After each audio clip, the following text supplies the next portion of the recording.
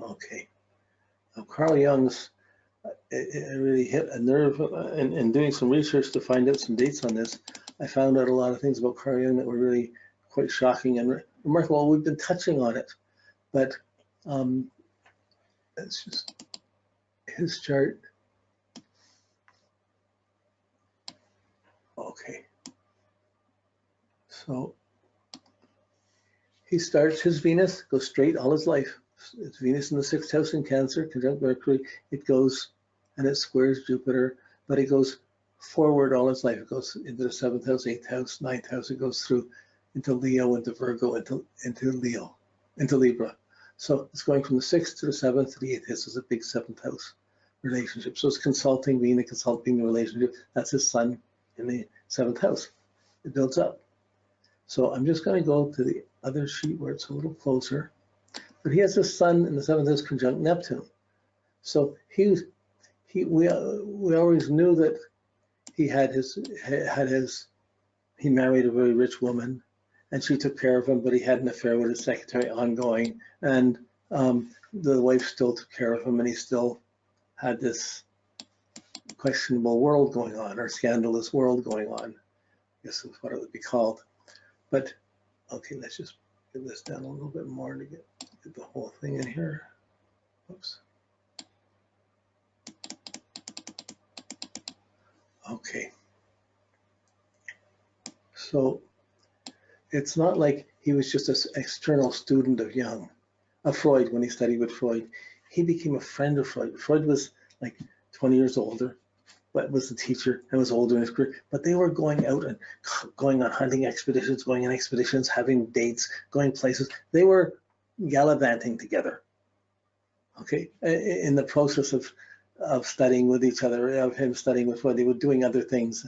And Freud had thought Jung was the heir apparent is going to be his boy, wondered it would take over and carry everything from there.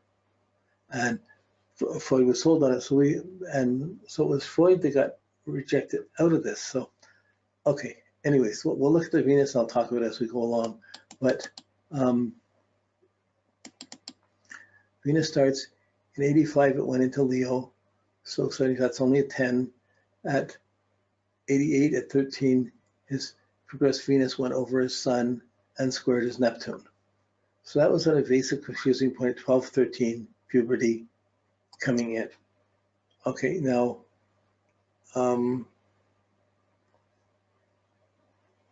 okay, then it went over by 1897, 98, it went over his Uranus and squared, let's go up for a second here, and squared his moon, yeah.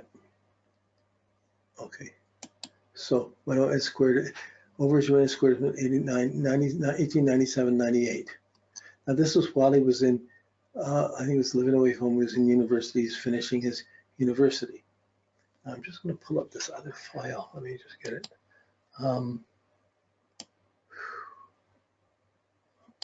That I found, it was on one of these historical sites, and it was talking about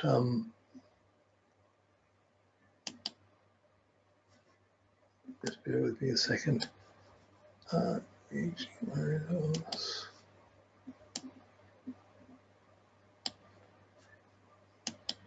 We have it here. Oh, where did I put it?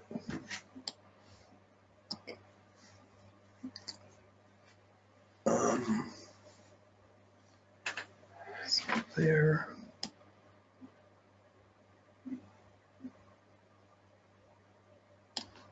It's gotta be in here. 1 second. That one.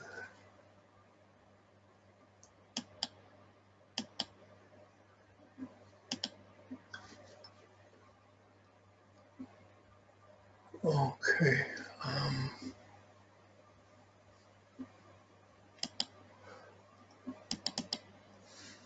Oops. Okay, that's one picture. This other story, where did I put it?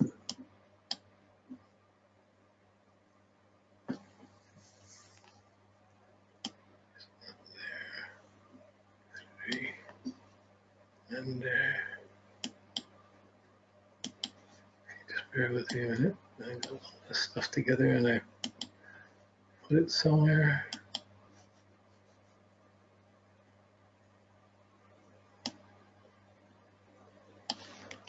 There.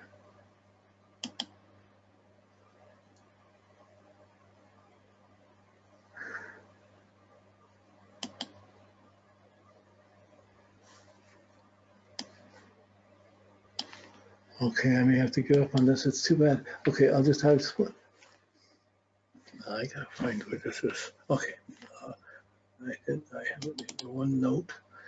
I'm not sure it's. Yeah, okay. It's not. It just has the pictures and a bit of story. I might have to explain it a bit. Okay, so let's keep this up in the corner here. There's a picture of Carl Jung and his wife. Where are we here? They got married at the start of their marriage in 1903. Okay, so it's just talking. This is from. This is Emma Young's. Okay, this is the story of Emma Young. There's another story I want to get to.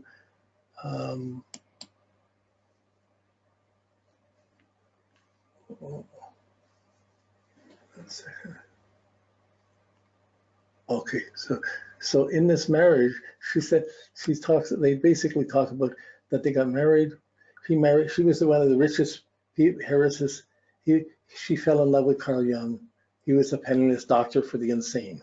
Okay, and then it was the least respected of all the medical disciplines. But her parents encouraged the match, and she would have enough money for the marriage despite his personal background, and she backed him up the whole time. Okay, so this was. And apparently, well, this is all sort of scandalous stuff. So, her father had syphilis. It was a shameful thing, and he thought a doctor would be good in the family to take care of him. But as he got married, and shortly afterwards, he started being sexually active. But they had what do you call it? They got married, and shortly thereafter, within a year they were in a menage a trois. He was with her, and he had another woman, and they were all being together.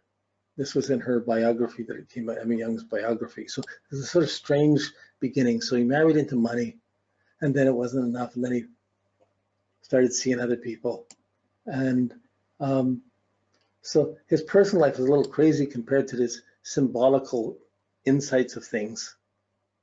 For his pronounced influence, it was quite an incredible influence considering his social behavior was less noble. That we were curious about his sun square Neptune, but the Venus came up. His Venus went up over Uranus 1898. He's in school. He gets married in 1903, and Venus squared. Let me just get it here. And then Venus.